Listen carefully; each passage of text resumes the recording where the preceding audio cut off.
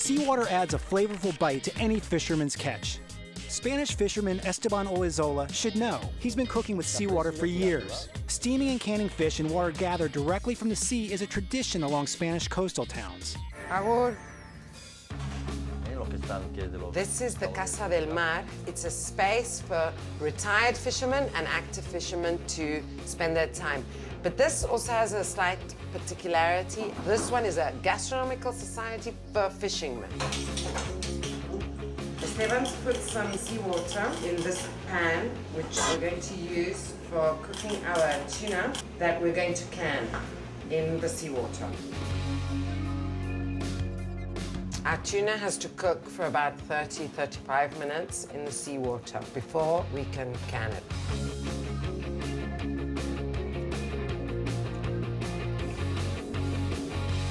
Some cider for Esteban, the cook.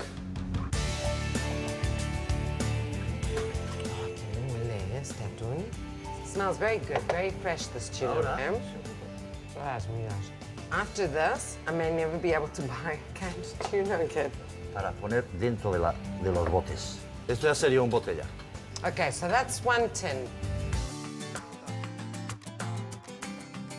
Okay, so we now have our pots of tuna that we're going to steam in the seawater so that they're hermetically closed and we can preserve them for a long time.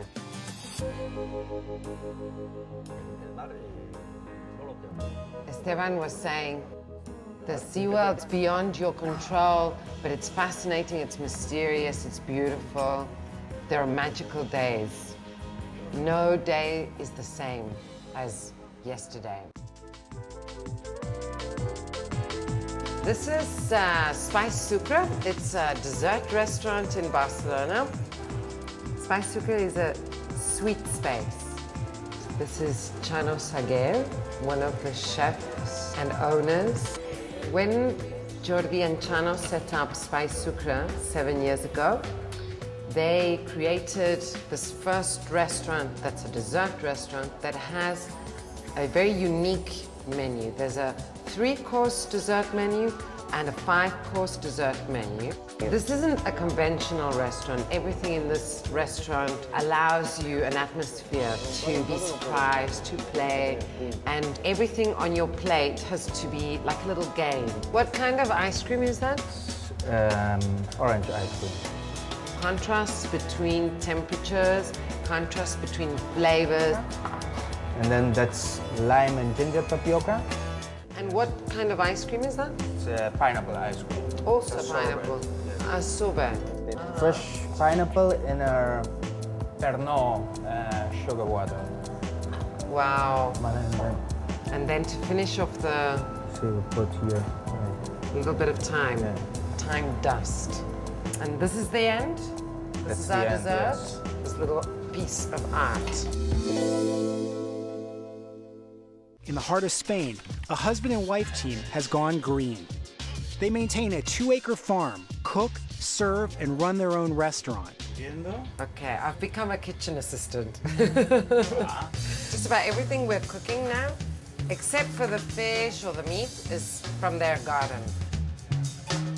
This is like his concept of eco-gastronomy. Potato, the taste of potato, no matter how you cook it. Y es muy importante el sonido de la verdura. See? Que es... 3 hours ago, they were on the plant. These green beans are steamed, and we're going to have them with poached eggs and parmesan. It's really difficult to find restaurants that are fun to eat at, that are healthy, and that are so tasty. He knows that when he serves his customers really freshly picked onions that's been grown in his garden, that hasn't had any pesticides on it or anything else, that snaps when you break it, they will remember that. Always. Rising stars of the Spanish culinary scene, Jordi and Joan Roca, are redefining the art of smoking. They take it one step further by using smoke for culinary effect. At El Cellar de Can Roca in Girona, Spain, these brothers turn traditional smoking on its head with avant-garde desserts. The idea for this dish came one day when he was preparing a dessert and he had to create these glass sugar globes. And then he suddenly realized that he had something that was concave and big enough he could put something inside. He was sitting in the kitchen one morning and he started smoking a cigar and blowing the smoke into a glass that had ice cream. And then they all came in and were like, "What the hell are you doing?" and brought him like some coffee with a shot of liquor. This part of the dish is wild mushrooms. The wild mushrooms have been incorporated into the traditional mixture of ice cream. Pero cuando probemos lo que salió de ahí fue realmente interesante. They all tried the ice cream and they all could taste the smoke in the ice cream. Incorporando el humo dentro de la burbuja de caramelo. And then we finish it off by putting the smoke inside the sugar. And this is how it comes to the table. When Jordi was studying dessert making, and he had a teacher who was very, very persistent about the fact that ice cream could easily absorb any kind of flavor. The really great thing about this is that the sugar is not too sweet. So you're not overpowering the other flavors with the sweetness. Flavors of fine olive oil can be broken down in much the same way one might break down the flavors of fine wine. And Jose Andres uses only the best from his native Spain. I don't want to sound chauvinistic here, but the only olive oil producing country in the world I know is Spain.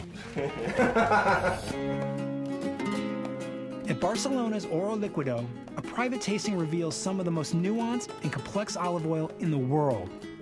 This is a very, very nice bottle of olive oil, not wine. Some people in this country take their olives and olive oil very, very seriously. And in fact, they even do olive oil tasting the same way you would do with wine. So we're going to start with Arbequina, which is the local variety. We're going to try Arbequina from Mallorca, which is not a very typical one. Tomates? See? It reminds me of tomatoes. Y alcachofa, desde aquí yo lo huelo. And artichokes, yes. This is the best olive in the world, not just in Spain. I just asked Anna, what am I going to eat this with? She says anything. My liquid gold.